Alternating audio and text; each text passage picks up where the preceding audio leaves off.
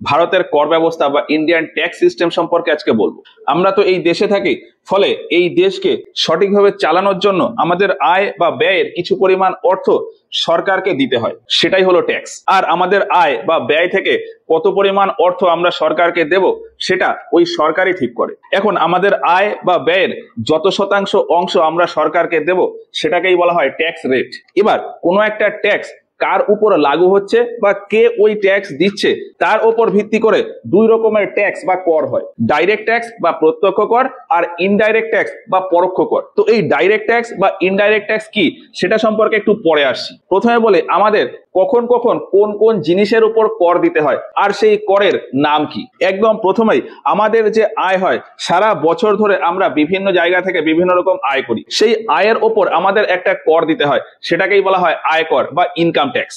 এই যে আমি কোনো কাজ করছি বা প্রত্যেকটা মানুষ কোনো না কোনো কাজ করে, সেই কাজের পরিবর্তে তার কিছু উপার্জন হয়। কেউ হয়তো চাকরি করে, কেউ ব্যবসা করে, কেউ দৈনিক মজুরিতে খাটে, কেউ মাসিক মজুরিতে খাটে, এই রকম প্রত্যেকেই নিজের মতন করে নিজে উপার্জন করে। তো যারা চাকরি করে বা যারা দৈনিক মজুরিতে বেতন পায় বা যারা মাসিক বেতন পায়, এই প্রত্যেকের সারা বছর ধরে যত আয় হয় বা যত ইনকাম হয়, সেই ইনকাম থেকে যতটুকু অর্থ সরকারকে দিতে হয় সেটাকেই বলা হয় ইনকাম ট্যাক্স। এর পাশে ব্যবসার কথাটা বললাম। ব্যবসা ছোট হতে পারে, মাঝারি হতে পারে, বড় ব্যবসা হতে পারে। তো ছোট বা মাঝারি ব্যবসার ক্ষেত্রে মালিকানা অধিকার একজন, দুজন বা পাঁচজন এইরকম হয়। এবার ব্যবসার ক্ষেত্রে কি হয়, ব্যবসাতে টার্নওভার বলে একটা জিনিস আছে। টার্নওভার বলতে বোঝায় কোনো একটা ব্যবসা বা কোনো একটা কোম্পানিতে সারা বছর ধরে কত আয় হলো। ধরলাম আমার একটা বিরিয়ানির দোকান আছে, তো সেই ক্ষেত্রে প্রত্যেক দিন আমার কিছু বিরিয়ানি বিক্রি হবে, আর সেই হিসাবে সারা বছর ধরে আমার কিছু বিরিয়ানি বিক্রি হবে, আর ওই বিরিয়ানি বিক্রি করে আমার দোকানে প্রতিদিনের হিসাবে সারা বছর ধরে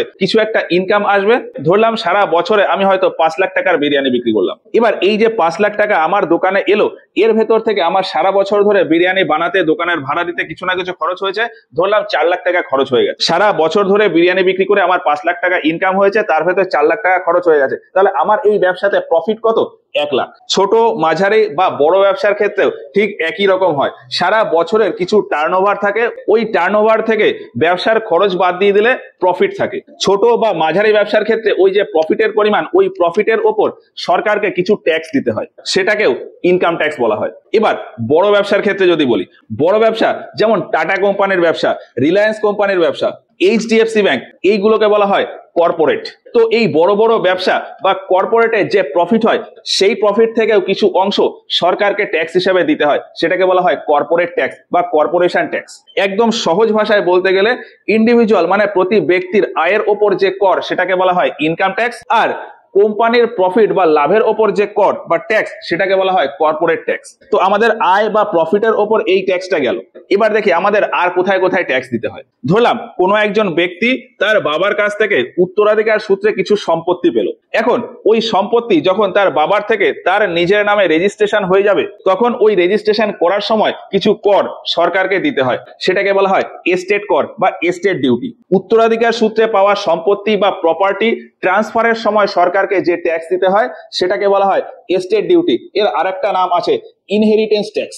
এবার আরেকটা সিচুয়েশন দেখি। ধরলাম আমার কিছু সম্পত্তি আছে, প্রত্যেক বছর আমার কিছু আয় হয়, সেই আয়ের হিসাবে আমি ইনকাম ট্যাক্স দিই। আমার হয়তো কোনো ব্যবসা আছে, ব্যবসায় প্রফিট হয়, সেই দিক থেকে আমি কর্পোরেট ট্যাক্সও দিয়ে দিই। এখন যেমনটা বললাম যে আমার কিছু সম্পত্তি আছে আর সেই সম্পত্তির রেকর্ড সরকারের কাছে রয়েছে। এখন যত দিন যাবে তত আমার সম্পত্তির পরিমাণ বাড়বে, কোনো না কোনো ভাবে আমার সম্পত্তির পরিমাণ বাড়লো। এখন নিয়ম রয়েছে যে 1 বছরে যদি আমার 30 লাখ টাকার বেশি ভ্যালুর সম্পত্তি বাড়ে, সেক্ষেত্রে ওই ভ্যালুর 1% আমাকে সরকারকে ট্যাক্স হিসেবে দিতে হবে। ধরলাম আমি বিভিন্ন দিক থেকে আমার সম্পত্তি 35 লাখ টাকা বাড়লো 1 বছরে। এবার এই 35 লাখ টাকা আমাকে ইনকাম করতে হয়েছে। এবার এই 35 লাখ টাকার উপর আমি ট্যাক্স দিই বা না দিই সেটা পরের বিষয়। আমার সম্পত্তির পরিমাণ যখন 35 লাখ টাকা বেড়েছে, ওই 35 লাখ টাকার উপর 1% মানে 35,000 টাকা আমাকে সরকারকে আলাদা করে ট্যাক্স হিসাবে দিতে হবে। এটাকেই বলা হয় ওয়েলথ ট্যাক্স বা সম্পত্তি কর। যদিও এর আরো দুটো নাম আছে, ক্যাপিটাল ট্যাক্স বা ইকুইটি ট্যাক্স। এবার এখানে আরো একটা সিচুয়েশন বলি। ধরলাম আমার কোনো একটা সম্পত্তি ছিল, আমার হয়তো 10 লাখ টাকার একটা প্রপার্টি রয়েছে, মানে 10 লাখ টাকার একটা সম্পত্তি রয়েছে, সেটা যে কোনো জিনিস হতে পারে, জমি হতে পারে, সোনা হতে পারে, অন্য কোনো মেটেরিয়ালিস্টিক জিনিসপত্র হতে পারে, কোনো পেন্টিংস হতে পারে, যা খুশি হতে পারে, সেটা আমার 10 লাখ টাকার একটা ক্যাপিটাল। এবার আমি আমার ওই 10 লাখ টাকার সম্পত্তি হয়তো কাউকে বেচে দিলাম, এখন যাকে বেচলাম তাকে হয়তো 13 লাখে বেচে দিলাম, তাহলে আমার সম্পত্তি 10 লাখ টাকার, আমি 13 লাখে বেচেছি, সম্পত্তির ভ্যালু বাড়লো কত? 3 লাখ। সম্পত্তি বা প্রপার্টির এই ভ্যালু বেড়ে যাওয়াকে বলে ক্যাপিটাল গেন। তো আমি আমার ক্যাপিটাল বা আমার প্রপার্টি বিক্রি করার সময় যতটা লাভ পেয়েছি সেই লাভের থেকে কিছু অংশ আবার সরকারকে দিয়ে দিতে হয়, সেটাকে বলে capital gain tax. Capital gain ট্যাক্সের আমি আরো একটা সিম্পল উদাহরণ দিই। যারা স্টক মার্কেট করে তারা এই বিষয়টা আরো ভালো বুঝতে পারবে, তবে এমন ভাবে বলছি যাতে সবাই বুঝতে পারে। স্টক মার্কেটের ক্ষেত্রে কি হয়, আমার যে কোনো একটা ভ্যালু স্টক থাকে, ধরলাম আমার কাছে একটা স্টক আছে যার ভ্যালু হলো 2,500 টাকা। এবার আমি কালকে গিয়ে দেখলাম যে ওই স্টকটার ভ্যালু 2800 টাকা হয়ে গেছে, তাহলে আমি আমার স্টকটা বেচে দিলাম। আমার স্টকের দাম আমার কাছে ছিল 2500 টাকা, আমি 2800 টাকায় বেচে দিলাম, তাহলে এই 300 টাকা আমার লাভ। ওই স্টকটা আমার কাছে একটা ক্যাপিটাল, ওই ক্যাপিটালের উপর আমার 300 টাকা লাভ হয়েছে, মানে ক্যাপিটালে 300 টাকা গেইন হয়েছে। এই যে 300 টাকা গেইন হলো, এই গেইনের উপরে আমাকে কিছু ট্যাক্স দিতে হয়, সেটাকেই বলা হয় ক্যাপিটাল গেইন ট্যাক্স।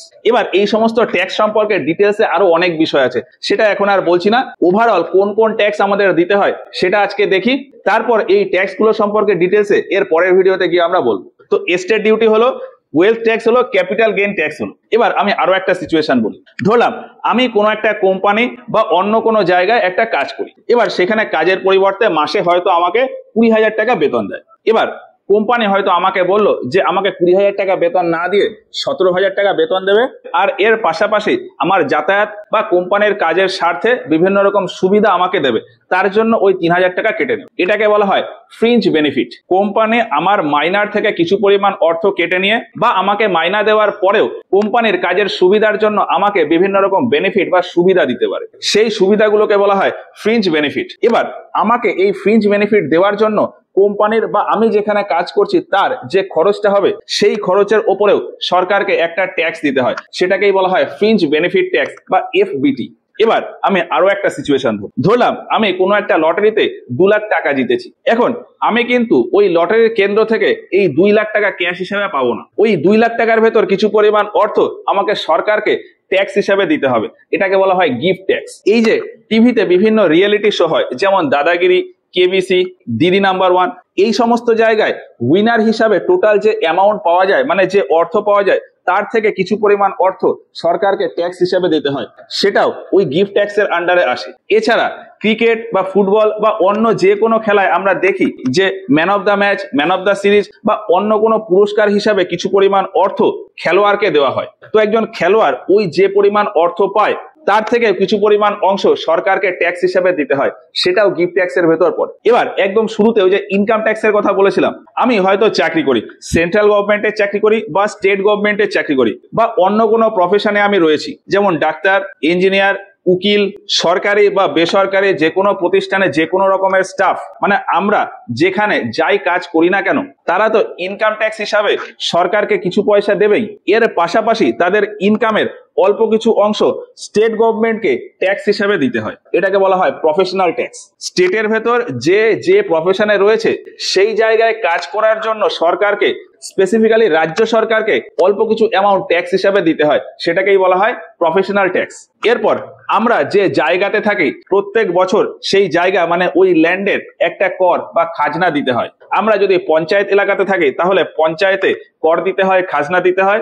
মিউনিসিপাল এরিয়াতে থাকলেও ওই মিউনিসিপ্যালিটিতে গিয়ে প্রত্যেক বছরের কর বা খাজনা দিয়ে আসতে হয়। তো কোনো একজন ব্যক্তি যে এরিয়াতে থাকে, অর্থাৎ তার ল্যান্ডের এরিয়া, এবং সেখানে তার যে বাড়ি রয়েছে সেই জমি আর বাড়ির হিসাবে একটা নির্দিষ্ট পরিমাণ অর্থ পঞ্চায়েত বা পৌরসভাকে জমা দিতে হয়। বাংলায় এটাকে বলা হয় কর আর খাজনা, ইকোনমিক্স এর ভাষায় এটাকে বলা হয় ল্যান্ড রেভিনিউ বা ল্যান্ড ট্যাক্স। ল্যান্ডে আরো একটা ট্যাক্স দিতে হয়। ধরলাম আমি কোনো একটা জায়গায় কোনো জমি কিনছি, কোনো একটা জায়গাতে হয়তো আমি 7 লাখ টাকা দিয়ে একটা জমি কিনছি। এখন যখন ওই জমিটা আমার নামে রেজিস্ট্রেশন হবে, ওই রেজিস্ট্রেশনের সময় টোটাল যে ভ্যালু তার ওপর একটা নির্দিষ্ট পরিমাণ অর্থ আবার সরকারকে ট্যাক্স হিসাবে দিতে হয়, এটাকে বলা হয় স্ট্যাম্প ডিউটি বা ল্যান্ড রেজিস্ট্রেশন ট্যাক্স। সবাই খুব সহজ অর্থে বোঝে যে জমি কেনার সময়, জমি রেজিস্ট্রি করার সময় কিছু এক্সট্রা অ্যামাউন্ট লাগে, ওই এক্সট্রা অ্যামাউন্টটাই হলো ল্যান্ড রেজিস্ট্রেশন ট্যাক্স বা স্ট্যাম্প ডিউটি।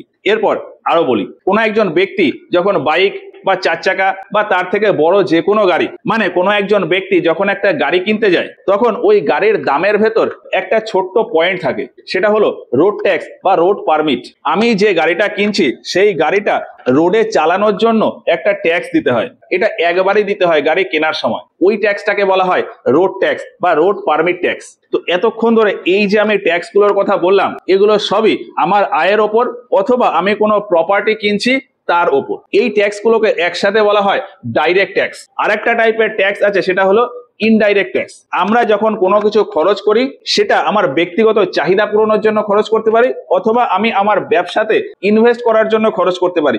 যাই করি না কেন সেই খরচের ওপর বিভিন্ন জায়গায় যে ট্যাক্স লাগে সেগুলোকে বলা হয় ইনডাইরেক্ট ট্যাক্স। আমি কিছু এক্সাম্পল দিই। ধরলাম একটা কোম্পানি রয়েছে, ওই কোম্পানিতে কিছু প্রোডাক্ট তৈরি হয়। ধরলাম ওই কোম্পানিতে 10,000 টাকার প্রোডাক্ট তৈরি হলো। এবার কোম্পানি ওই 10,000 টাকার প্রোডাক্টটা কাকে বিক্রি করে? কোনো একটা দোকানদারকে বা কোনো পাইকারি ব্যবসায়ীকে। তো দোকানদার হোক বা পাইকারি ব্যবসায়ী হোক, যে কেউ কোম্পানির ঘর থেকে যখন জিনিসপত্র বার হচ্ছে, যে ভ্যালুর জিনিসপত্র বার হচ্ছে, সেটা নেওয়ার সময় কিছু পরিমাণ অর্থ সরকারকে ট্যাক্স হিসাবে দিতে হয়। ধরলাম ওই পাইকারি ব্যবসায়ী ওই 10,000 টাকার মালটা কিনলো, তাহলে এই পাইকারি ব্যবসায়ী যখন 10,000 টাকা ওই কোম্পানিকে পেমেন্ট করতে যাবে, তখন ওই 10,000 টাকার ওপর 20 বা 30% অ্যামাউন্ট সরকারকে ট্যাক্স হিসাবে দেবে। ফলে ওই পাইকারি ব্যবসায়ী 10,000 টাকার মালটা 12,000 বা 13,000 টাকা দিয়ে কিনতে হবে। তো 10,000 টাকার ওই মালের ওপর 2,000 বা 3,000 টাকা সরকারকে ট্যাক্স হিসাবে দিতে হলো। এই ট্যাক্সটাকে বলা হয় এক্সাইজ ডিউটি বা এক্সাইজ ট্যাক্স। এবার ধরলাম কোনো একটা দোকান রয়েছে বা কোনো পাইকারি মার্কেট রয়েছে, সেখান থেকে আমি যদি কোনো একটা জিনিস কিনতে চাই, সেক্ষেত্রে যে ভ্যালুর আমি মাল জিনিস কিনছি সেই ভ্যালুর উপর কিছু পরিমাণ অংশ আমাকে সরকারকে ট্যাক্স হিসাবে দিতে হবে, সেটাকে বলা হয় সেলস ট্যাক্স। ধরলাম আমি কোনো একটা দোকানে গিয়ে 15,000 টাকার একটা ফোন কিনছি, তাহলে দোকানদার আমার কাছ থেকে 15,000 টাকাই নেবে, কিন্তু আমি যখন ওই বিলটা দেখবো তখন সেখানে হয়তো দেখবো যে ফোনের দাম লিখেছে 14,000 আর 1,000 টাকা হলো ট্যাক্স। ওই দোকানদার আমাকে বিক্রি করছে, আমাকে সেল করছে, ওই সেল করার ওপর সরকারকে ট্যাক্স দিতে হচ্ছে 1,000 টাকা, ওই 1,000 টাকা হলো সেলস ট্যাক্স। এবার এইরকম আরো একটা এক্সাম্পল হয়। ধরলাম আমি কোনো এক জায়গায় ডাক্তার দেখাতে গেছি, ডাক্তারের ফিজ হলো 600 টাকা। এক্ষেত্রে বেশিরভাগ জায়গাতেই দেখা যায় যে ডাক্তারের চেম্বার থেকে আমাকে ওই 600 টাকার কোনো রকম রিসিপ্ট দেওয়া হয় না। তবে কিছু কিছু জায়গায় দেখা যায় যে আমরা যখন ডাক্তারের সাথে কনসাল্ট করতে যাচ্ছি, সেক্ষেত্রে ডাক্তারের কনসালটেশন চার্জ বা ভিজিটিং চার্জ হিসাবে হয়তো 600 টাকা নিল আর তার একটা বিল আমাকে দিয়ে দেয়। ওই বিলটা দেখলে দেখা যাবে যে ডাক্তারের সাথে কথা বলা বা কনসাল্ট করার চার্জ হয়তো 550 টাকা আর 50 টাকা হলো ট্যাক্স।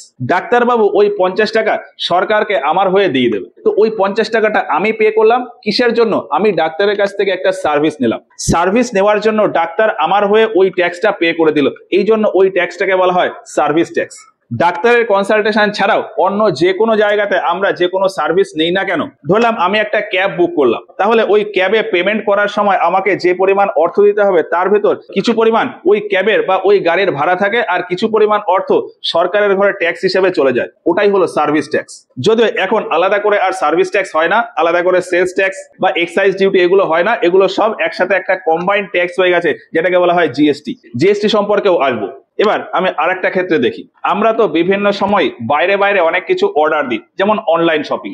সেই রকমই আমি কোনো একটা জিনিস হয়তো অর্ডার দিলাম যেটা জাপান থেকে আসবে। তো আমি জাপানের কোনো একটা আইটেমের অর্ডার দিলাম যার ভ্যালু হয়তো 7,000 টাকা। এবার ওই 7,000 টাকার মালটা জাপান থেকে যখন ভারতে আসছে, তখন ভারতের সীমানায় ঢোকার সময় ওই 7,000 টাকার ওপর ভারত সরকারকে কিছু পরিমাণ অর্থ ট্যাক্স হিসাবে দিতে হবে।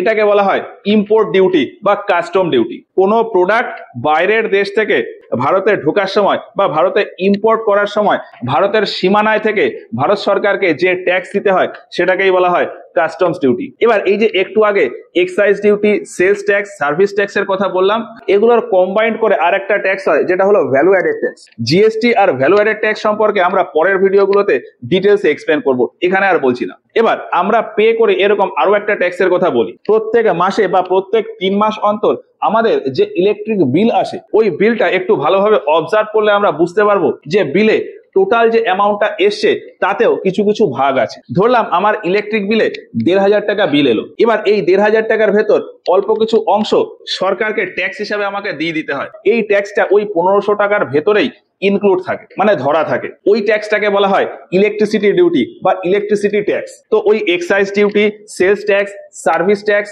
Customs duty, electricity duty, GST, VAT, এই যে ট্যাক্সগুলোর কথা বললাম এগুলোকে বলা হয় ইনডাইরেক্ট ট্যাক্স। কোনো একটা ট্যাক্স ডাইরেক্ট ট্যাক্স নাকি ইনডাইরেক্ট ট্যাক্স সেটা বোঝার জন্য দুটো পয়েন্ট থাকে, পয়েন্ট অফ ইনসিডেন্স আর পয়েন্ট অফ ইম্প্যাক্ট।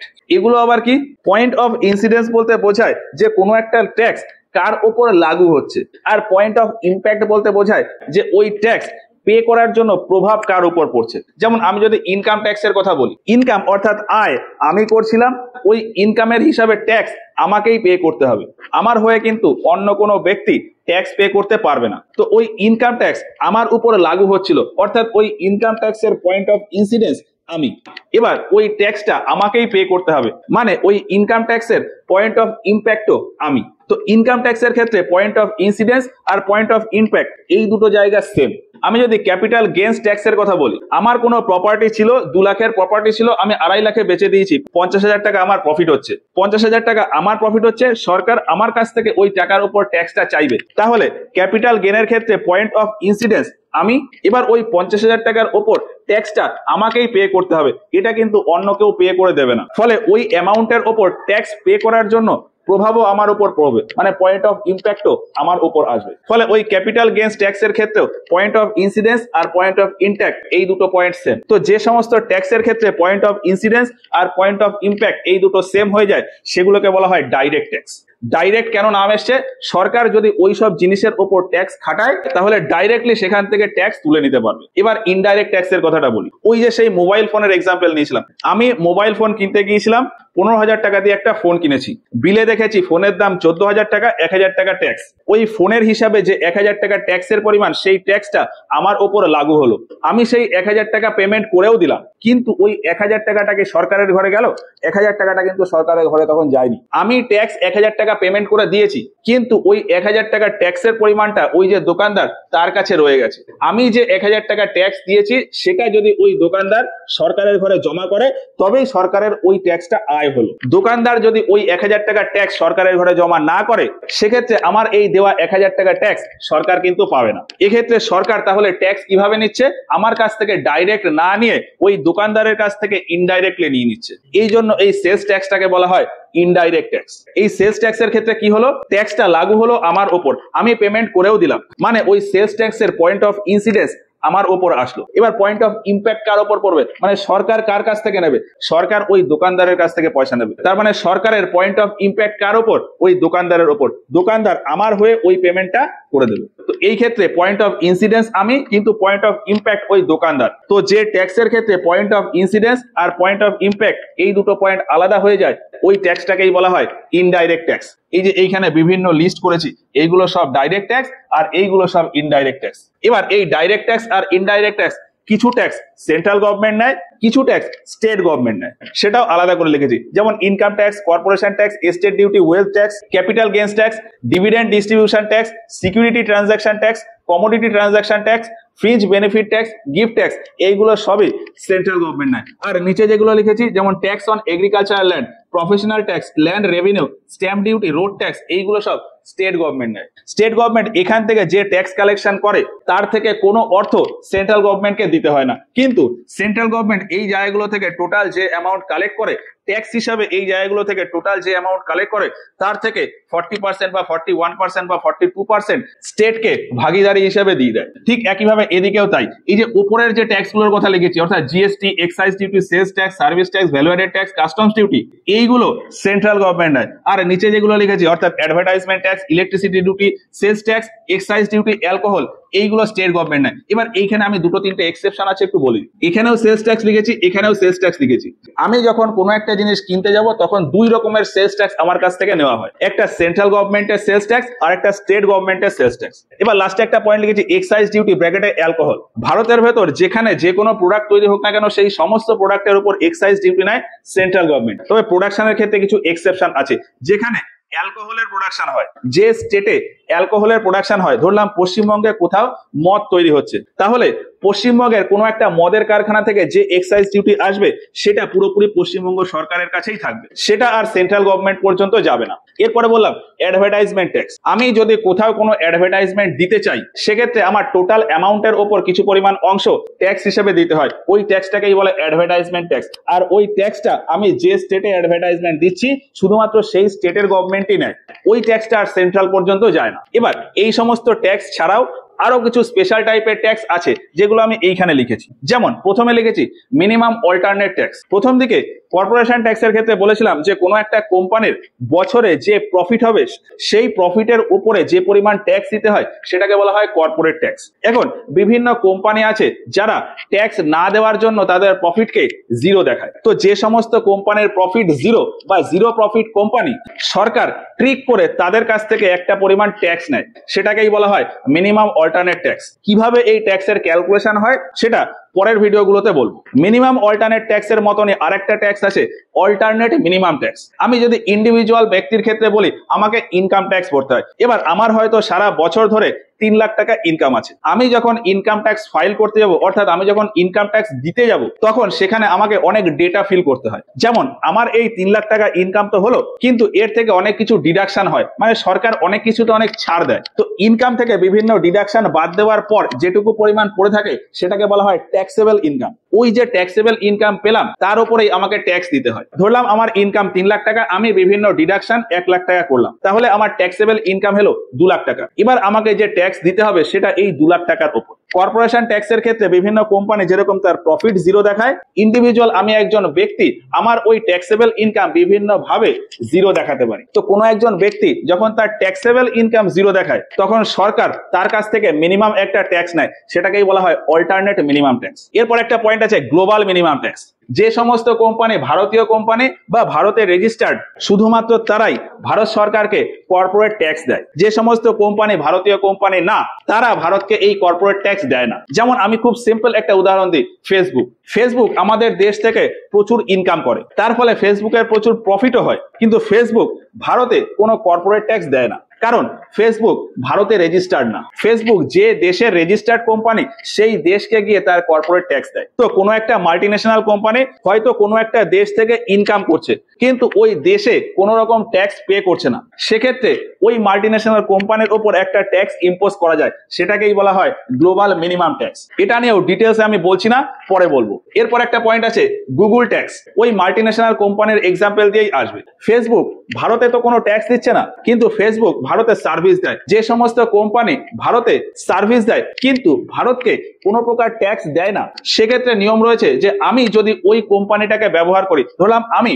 ফেসবুককে ব্যবহার করে আমার কোনো ইনকাম করছি, তো সেক্ষেত্রে ফেসবুক ব্যবহার করার জন্য আমাকে ফেসবুককে যে পরিমাণ অর্থ দিতে হচ্ছে তার থেকে কিছু পরিমাণ অংশ ভারত সরকারকে দিতে হবে, সেটাকেই বলা হয় গুগল ট্যাক্স। আমি খুব সিম্পল করে একটু বলি, আমার হয়তো ফেসবুকে অ্যাড দেওয়ার জন্য ফেসবুককে 500 টাকা দিতে হচ্ছে, তাহলে ফেসবুকে অ্যাড দেওয়ার জন্য আমার অ্যাডভার্টাইজমেন্ট কস্ট হিসাবে খরচ পড়ছে কত? 500 টাকা। এই 500 টাকার ওপর ভারত সরকার কিছু পরিমাণ অংশ ট্যাক্স হিসাবে নেয়, এই ট্যাক্সটাকেই বলা হয় গুগল ট্যাক্স। এর আরো একটা নাম আছে ইকুয়ালাইজেশন লেভি। এইরকম আরো বিভিন্ন কন্ডিশনে বিভিন্ন রকমের ট্যাক্স আছে, যেরকম buyback tax, Pigovian tax, anti dumping duty, countervailing duty, inverted duty structure, এইসব। এছাড়াও স্পেশাল টাইপের কিছু ট্যাক্স আছে, যেমন টিডিএস, সারচার্জ, সেস। এই সমস্ত কিছু নিয়েই ডিটেলসে আমরা এক এক করে এর পরের ভিডিওগুলোতে বলবো। আজকের ভিডিও আর বেশি বড় করলাম না, ভিডিওটা এই পর্যন্তই। ভিডিওটা ভালো লাগলে একটা লাইক করো। এই ক্লাসগুলো সম্পর্কে তোমাদের মতামত আমাদেরকে কমেন্ট বক্সে জানিও। তো আজকের মতো ক্লাসটা এখানে শেষ করছি, দেখা হচ্ছে এর পরের ক্লাসে গিয়ে।